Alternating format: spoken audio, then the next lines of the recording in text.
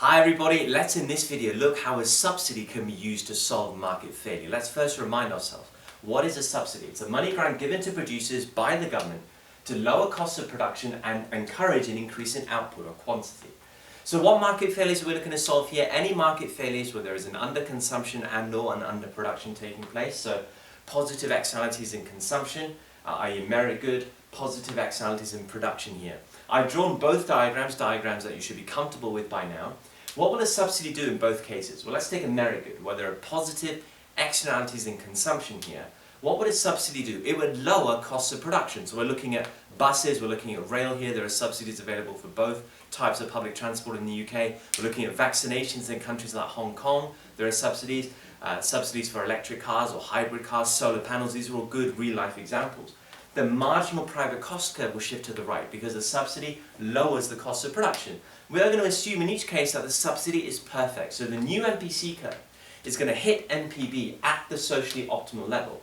On this diagram, that's going to be there. So we want a parallel shift, cutting NPV there. So something like that. That looks pretty nice. We'll call that MPC plus sub.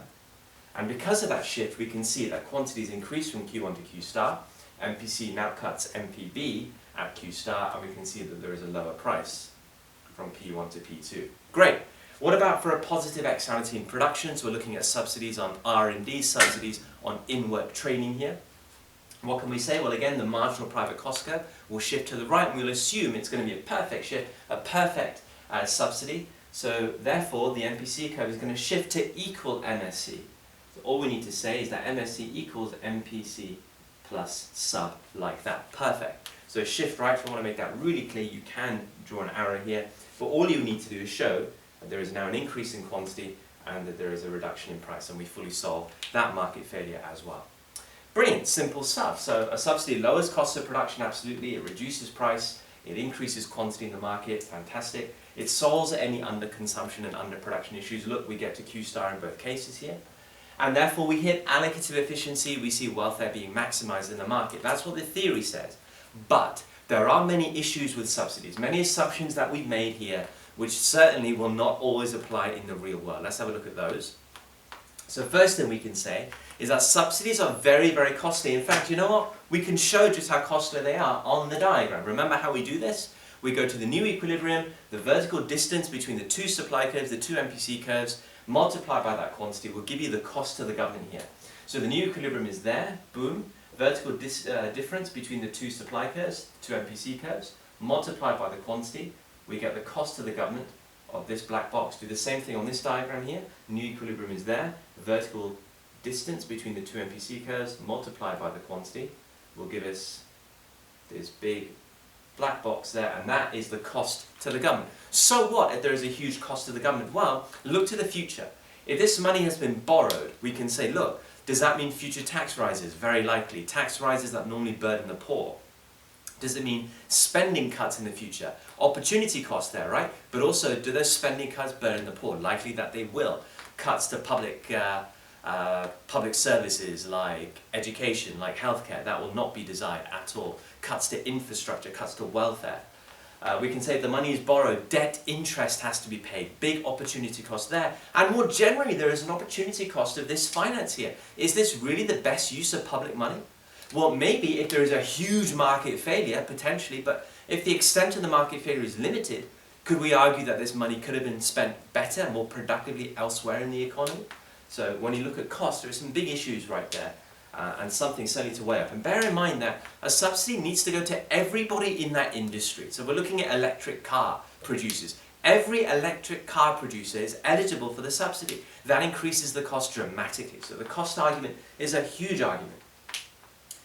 Next we can say, look, is the subsidy going to be set at the right level? We are assuming that governments have got perfect information, especially over the value of the positive externality here. And therefore they're going to set subsidies perfectly to get to Q star in both cases. Ludicrous assumption. Governments lack that information. They're not experts in these markets. They're not going to calculate the positive externality perfectly. So what does that mean? That means they're likely to under-subsidize or over-subsidize. If they under-subsidize, well, we're going to get MPC in the middle here somewhere. We're not going to get to Q star. MPC is going to be in the middle here somewhere, not getting to Q star. We're not going to fully solve the market failure. But if you over-subsidize, there are massive issues. the cost argument becomes absolutely massive here. And the link to government failure is huge.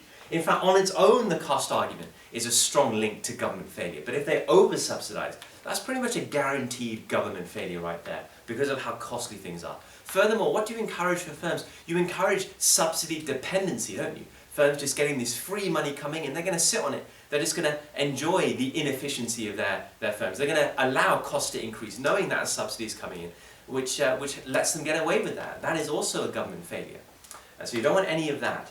So over-subsidizing certainly will lead to a big government failure. And that's very likely because governments lack the information. As I hinted at, we can question how firms are going to react to this subsidy. Are firms going to take this subsidy, use it to lower costs, pass on the lower costs via lower prices to consumers? Not necessarily. They could deleverage, pay off debts. They could increase salaries of their workers. They could save the subsidy in the bank. They could pay their shareholders greater dividends. None of these things will lower costs of production and therefore lower prices and encourage more quantity in the market. No way. So again, if that is what a subsidy does, it promotes firms to behave like that, again you've got mass government failure because there won't be significant benefits of using a subsidy at all, but there'll be huge costs involved. So we've got to question that. And as I also mentioned, look at long run.